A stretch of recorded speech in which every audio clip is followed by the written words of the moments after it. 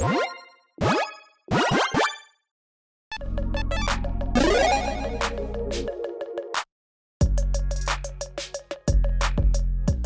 everyone, Mitch coming in from the Commander's Quarters studio. Welcome to the show. So, spoiler season, day one continues. More things have been let out, and apparently there are some more leaks. Somehow, some way, there are still more leaks. So, on this episode, I'm going to be going through the spoilers, the leaks that are new that I have not talked about on this channel. My apologies if I already missed some of these earlier from leaks or whatnot. I'm pretty sure I've covered almost everything, if not everything, from this season. It's been hard to keep up.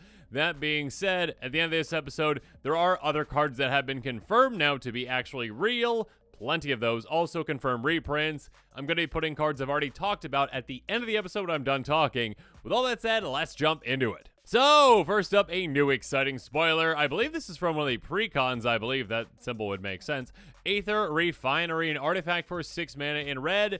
If you would get one or more energy, you get twice that energy instead. So, energy doubling.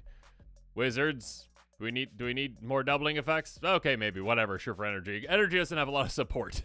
Anyways, it's finally getting a giant amount of support, and yeah, doubling up your energy is huge. On top of that, though, tap, you get an energy. Then you may pay one or more energy. If you do, create an XX black Aetherborn creature token for X amount of energy paid this way. So this is an energy doubler that also can make a lot of tokens for you as well. Yeah, that seems quite good at energy strategy. Outside of energy decks, I don't know if this is going to see play. I guess you could just keep making like 2/2s or like slowly just build up energy and then make a big creature at some point. But yeah. Energy decks. Who knew? Moving on. Disciple of Freyles. Oh, gosh. I can already see it. These MDFC lands, yeah, they're quite spicy. They're uncommon, but they're spicy. A 3/3 elf druid for 6 mana in green. When it enters the battlefield, you may sacrifice another creature. If you do, you gain X life, draw X cards, or X that creature's power. Green needs more card draw, right, Wizards? Green needs more card draw that you just can throw into any deck, because this is also an MDFC. It is a land. On the backside, Garden of Freyles. And this one, like some of the other leaks I've already talked about, yeah, we have now more MDFCs that can come into play untapped, which is pretty crazy, because previously, only the mythic MDFCs could do that. Enters the battlefield, you may pay 3 life. If you don't enter the battlefield tapped, test 3 green. Now, obviously, you can't just keep, throwing in, I guess you can.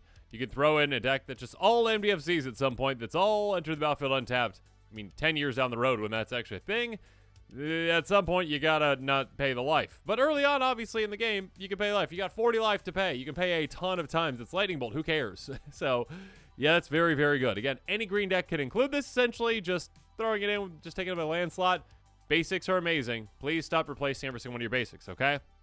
That being said, if you're a green deck and you've got a bunch of big creatures, you're like, I could use some extra card draw. Let me put a land in my deck that can just do that and draw me an absurd amount of cards. Like, again, you've got a creature with 6 power in play. That's very easy for a green deck. Like, oh, okay, I play my land creature thingy.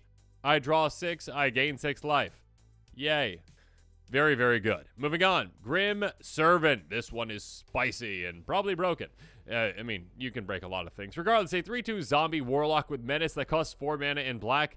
When it enters the battlefield, search life for a card with mana value less than or equal to your devotion to black. Reveal it, put in your hand, then shuffle. You lose 3 life. I mean, at the very least, this is a crazy good tutor ETB. I mean, are you going to include it in decks outside of just outside of mono black? I mean, it depends. Like, zombie tribal, warlock tribal, sure.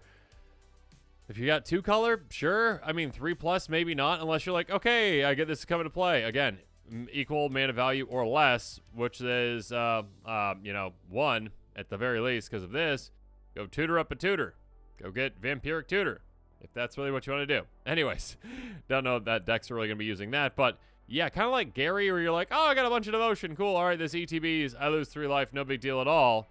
And then, like, Grim Tutor, I guess, is what this card's based off of, right? But it costs 1 more mana. It's got menace. Who cares? It's a creature.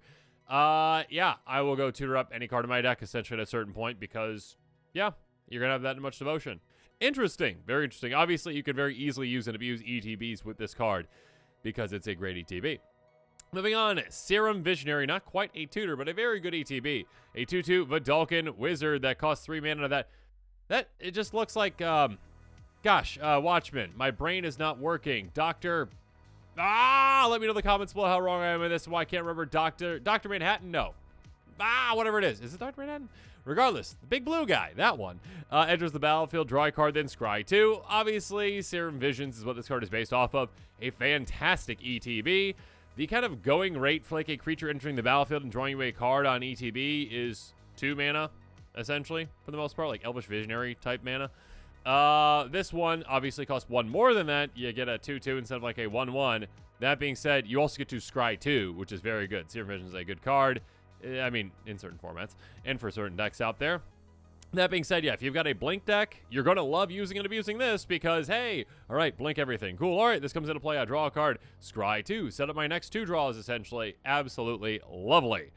Blink deck. Wizard deck. Consider it. Moving on. Trickster's Elk. I can't believe this is a thing. A 3/3 enchantment creature elk for 3 mana. Bestow. I love Bestow. When I got back into Magic, that was one of the mechanics essentially that I loved. Yeah, if you cast a spell for its bestow cost, it's an aura instead of an enchant creature.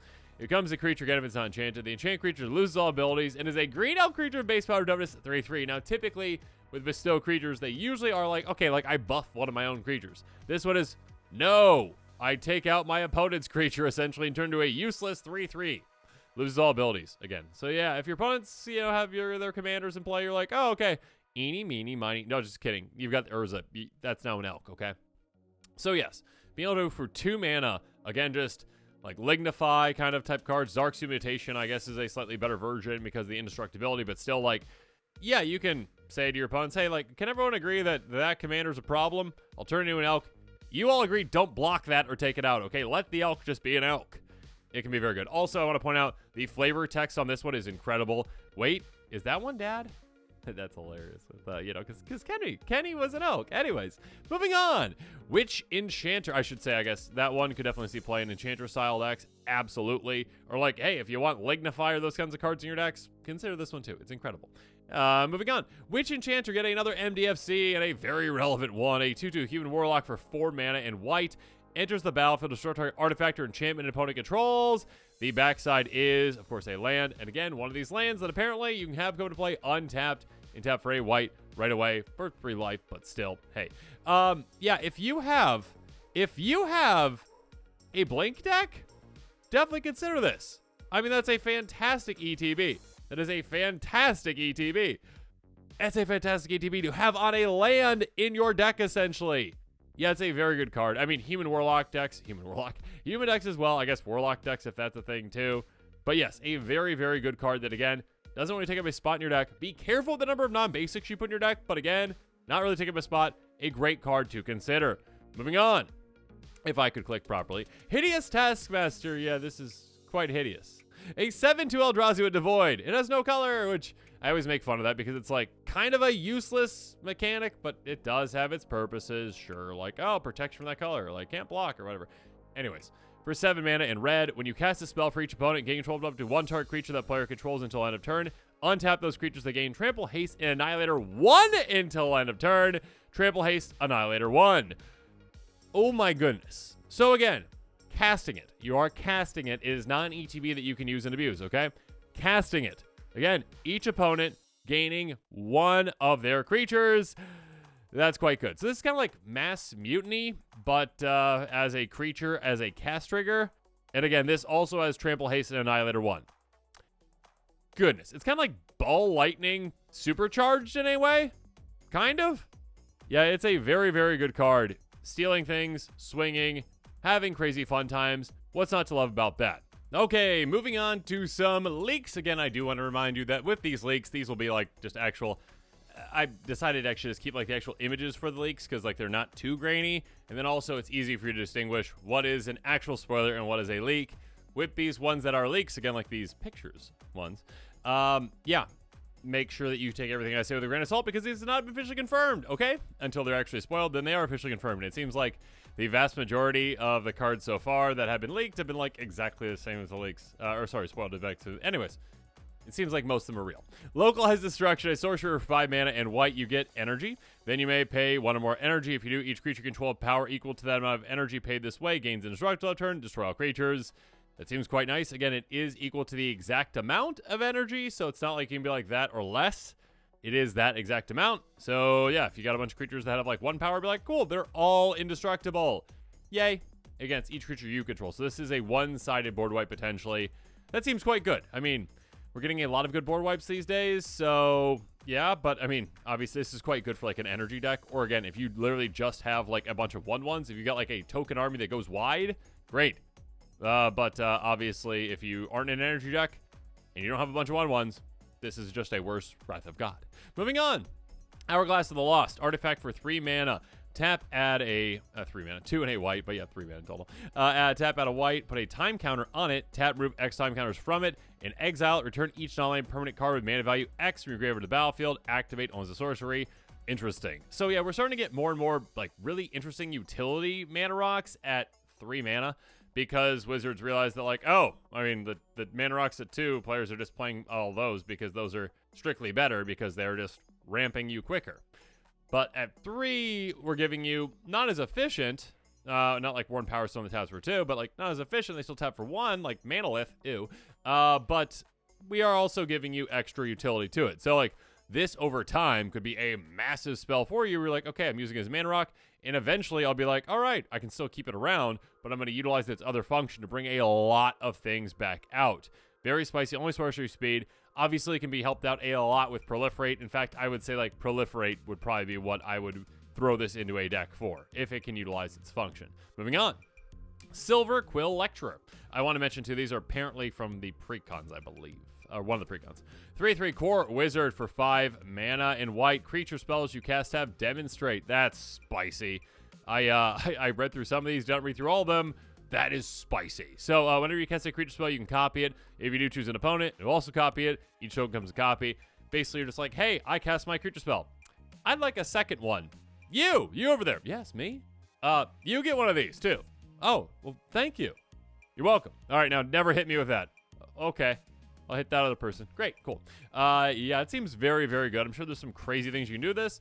I mean, my, like, Jagantha, Karuga token creating creature deck that likes to populate, loves that. Populate obviously can work very well when you're making creature token copies.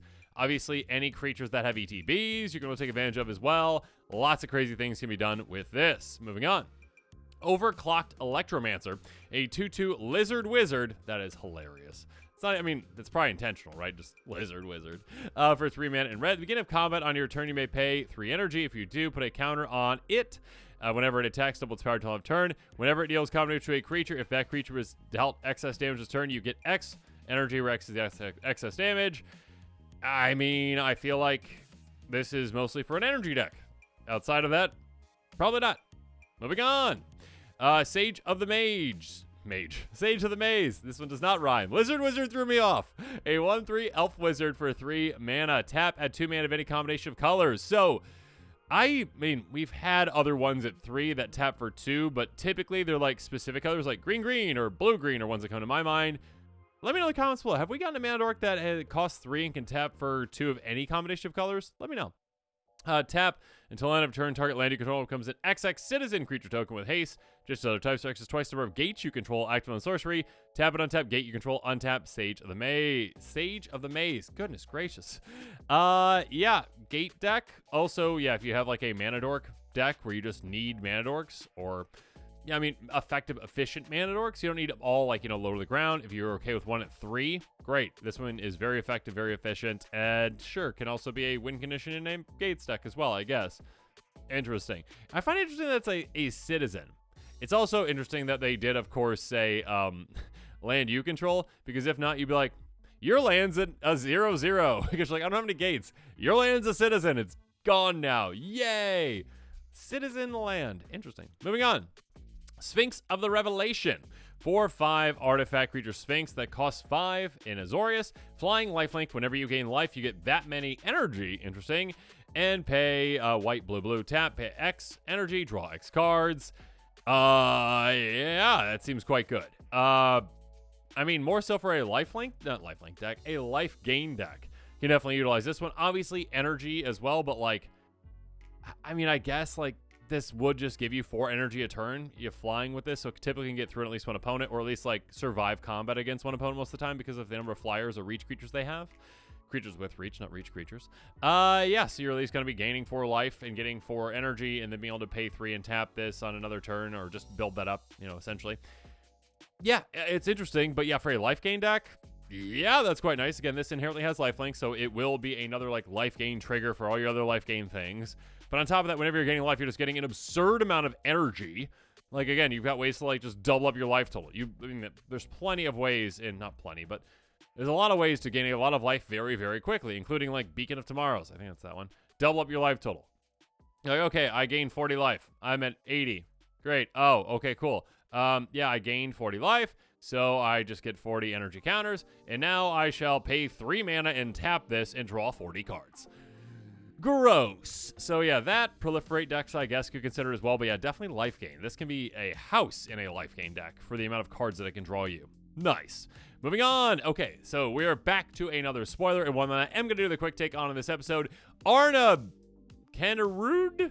No idea. Skycaptain. Kennerud? You have to say it like that. That's how that works. Let me know how I should actually pronounce that in the comments below. Kennerud. Kennerud. Kennerud? I don't know.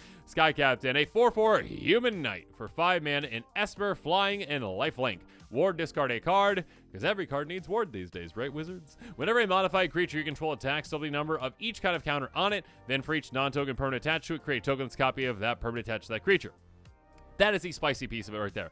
The first part is incredibly good. I mean, I'm skipping the flying lifelink ward discard a card. That's all nice. But the first part is incredibly good, right? Modified creature attacks, which just basically means, does it have a counter on it? Does it have an aura on it? Does it have an equipment on it? That's what a modified creature is. That's what you want to do with this. So if you have counters on it, again, typically +1/+1 counters. I guess it'd be kind of funny if you had like -1/-1 counters on your creatures, like I attack, I double, oh no! Yeah, don't do that. But yes, +1/+1 counters on your creatures is like the obvious way to go about this and be like, okay, like what Colonian Hydra kind of essentially, but as a commander, they're just doubling up your counters each time you swing. That can get obnoxiously large in absolutely no time. If you just have 1 counter on each creature you control, you swing them all, it goes to 2. Next turn, it's going to go to 4. Next turn, 8. It's just kind of building your army, tall in absolutely no time at all. That being said, the interesting way, I think, to build around this commander is taking advantage of that next side of it, the next part of it. Each non-token permanent, luckily they said non-token on this one, create a tokenless copy of that permanent attached to that creature.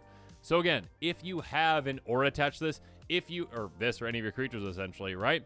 If you have an aura attached to anything, any creature, if you have an equipment attached to any creature, and then they attack, you are going to be essentially making a copy of that, meaning that you get additional effects from that. And again, it's attached to that creature as well. But we'll talk about some weird examples here in a little bit that might change that. We shall see. Rules layers, I need your help here.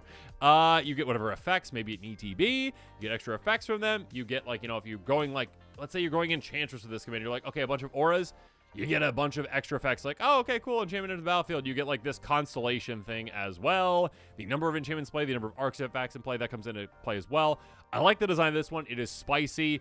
Taking Esper in a somewhat different direction again. Just like, hey, go modified in this way, that way, or another way. You have a lot of different directions you can take this one. Like the design. I mean, at a base level, again, it's just, okay, I make an army of tokens.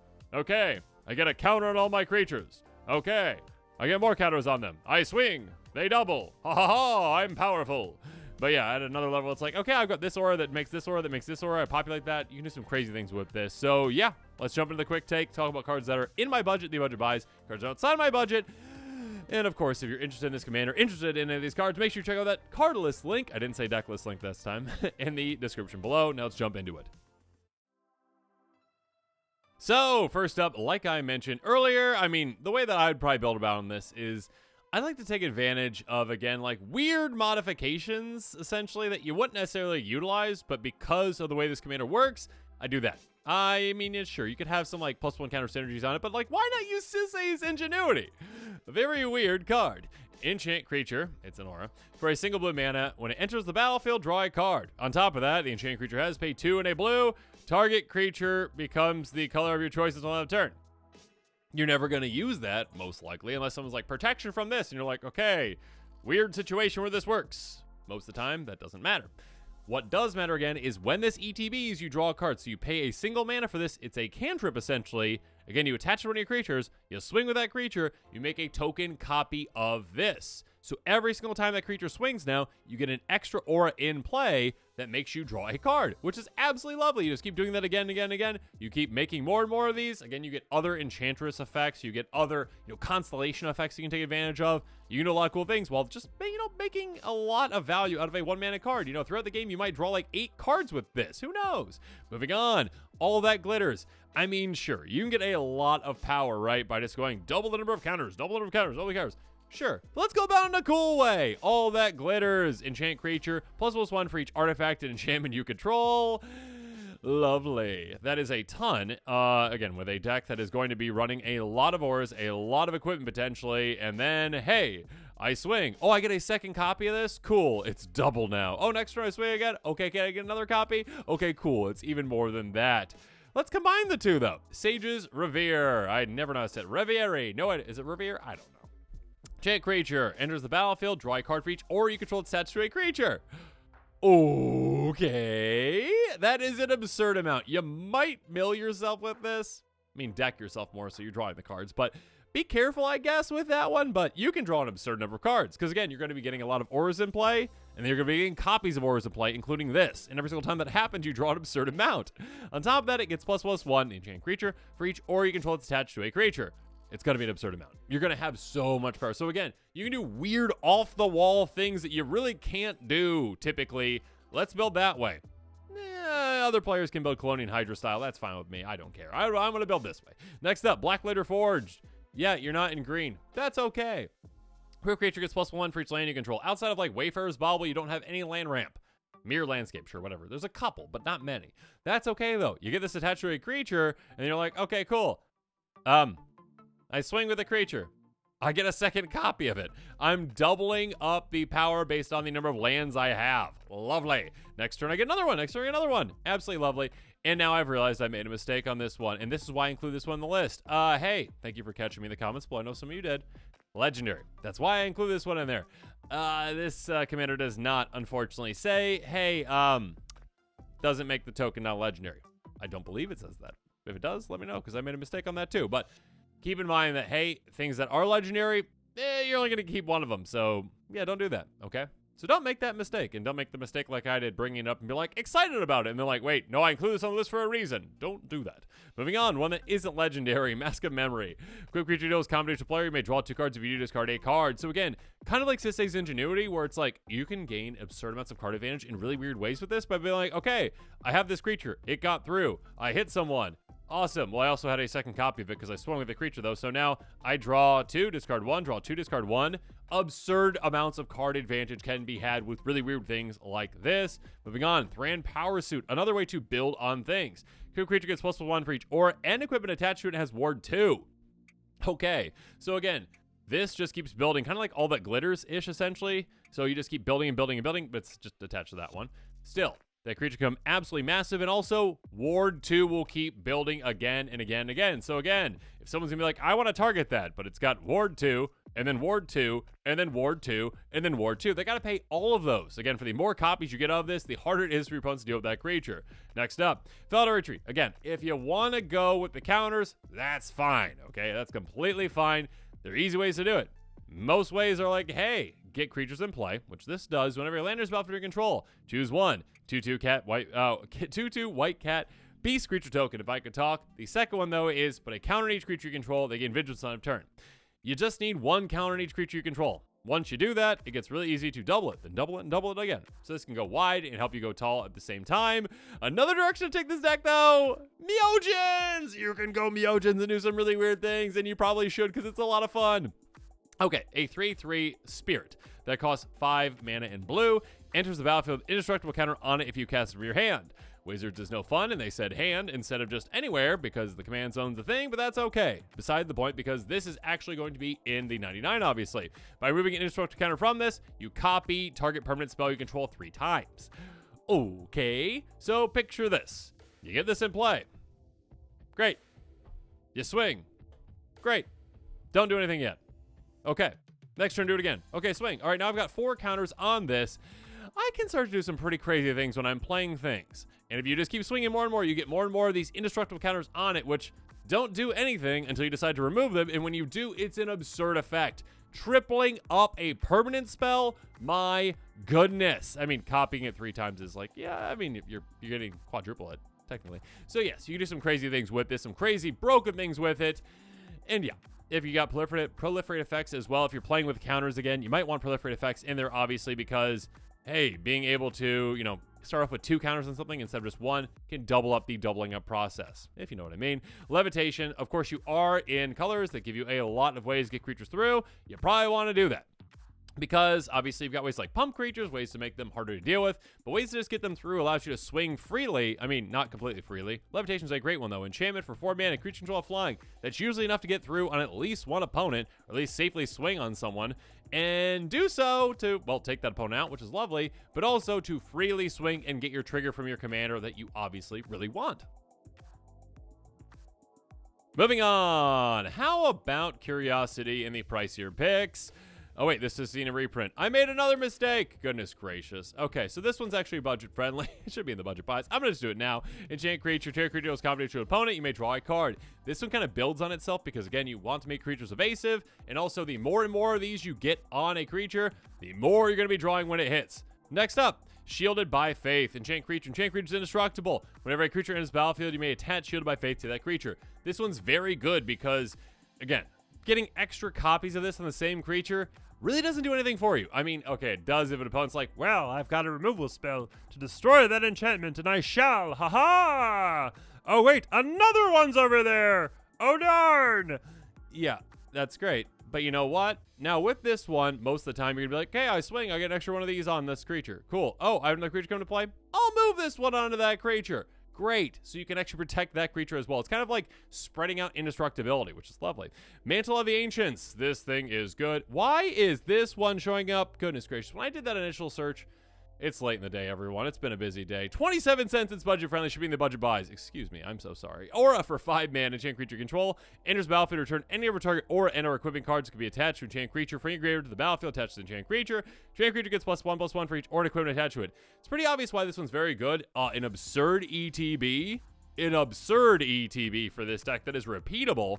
And also, again, a massive pump effect. What's not to love about that? One I know is definitely not budget friendly and will never be essentially within my budget. Lightning Greaves. There we go. $4.94. Equipment for 2. Equip creature has haste and shroud. Equip 0. This is one, again, kind of like that Shielded by Faith. Being able to spread out your equipments that you're getting extra copies of is great. Again, haste, shroud. Lovely. Creature can swing right away. It's hard to deal with again with that shroud. Keep in mind, obviously, you can't target that creature then. But again, with the equip 0, you can freely move this to something else when you make a copy of it. Hammer of Nazan. What a good card as well. Whenever it or other equipment enters the battlefield under your control, you may attach that equipment to target creature you control. Creature gets +2/+0 and is indestructible. Equip 4. Rules layers out there, let me know.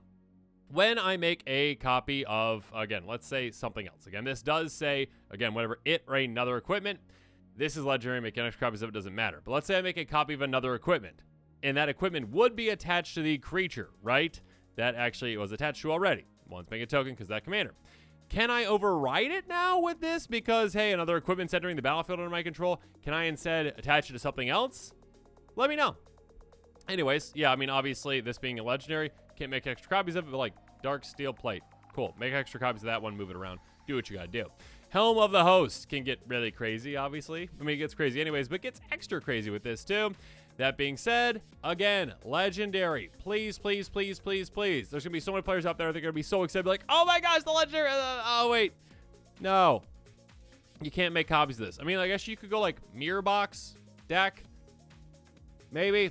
With extra copies of legendary things and go crazy. But just be careful, okay? Cathar's Crusade. Obviously, a very good card when it comes to any kind of counter synergies. +1 counters. Hey, make a bunch of creatures. Get counters on your creatures. The more creatures you have, the more counters you get. Cool. Double it, double it, double it, double it. Yeah, that can get really crazy. Okay, now to the fun part, though. Myojin! Yes! Okay, so, I mean, fun for you with this one, though. Not for your opponents. 5/2 Spirit for 8 mana. Myojin of Knight's Reach. Comes into play with a Divinity counter on if you play it from your hand. Also, there's, like, Divinity counters the old ones. Now it's indestructible. It's kind of weird that they're both different, but I understand. I guess indestructible counters were a thing at the time. That being said, it has indestructible. It's got a Divinity counter on it. Move a Divinity counter from it. Each opponent discards their hand. basically they probably lose the game because they are now just going to be top decking and hoping they hit something that they need to stop you. And you're just going to be like, oh, yeah, okay. Yeah, no, being able to just keep swinging with this and getting more divinity counters on it, again, doubling it each time, your opponents won't have a hand ever again. And here's the thing. You can do this at instant speed. So let's say that you have like 10 counters on this. Your opponent draws their card for the turn. They better hope it's an instant, because if it's not, you're like, I remove a counter from this. Huh. I mean, it depends on when you get priority, whatever it is, but you're going to mess with your opponents. They're not going to win if you have this in play with a lot of counters on it. Next up, Myojo of Seeing Winds. Love you. I made an entire deck around this one. 3/3 Spirit for 10 mana. I was going to say 8/10 mana, but it's well worth it. Again, that divinity counter thing. Get extra counters on it. All of a sudden, whenever you remove the divinity counter from it, draw a card for each permanent you control. You don't need to swing too many times, like double, and get enough where you're like, yeah, I can't remove all those, because if I do, I draw my deck and I lose. Unless you've got like Lab Maniac. But anyways, yeah, Myojin Tribal, this one could be really, really fun, so yeah, definitely keep that in mind. But now this episode is coming to a close. Please, again, like I said earlier, take those leaks I said with a grain of salt, because those have not been officially confirmed from what I have seen. The spoilers, the actual images that I showed off, are officially confirmed, so those are great. Anyways, make sure that you check out that card list link in the description below if you are interested in that commander. Build it whatever way you want. Again, the way that I would build is probably like either Myojin Tribal or like really weird aura shenanigans that are happening in like constellation things, and just like, whoa, Sissig's Ingenuity, who knew that was a card? Anyways, that kind of thing. Also, after I'm done talking, as long as Future Mitch edits this properly, you better do that, Future Mitch. Yeah, you shall be seeing all of the cards that have now been spoiled, that are ones I've already talked about because they've been leaked, and now they're actually spoiled, or also reprints that have now been spoiled as well. It's going to be a long, I think it's like 60 cards or so, that have now been officially spoiled. I will be showing those after this, so enjoy watching those. Stay tuned to this channel for more quick takes and spoilers, and maybe leaks. I don't know. It's a weird time right now. And of course, as always, thanks again, and have a good one.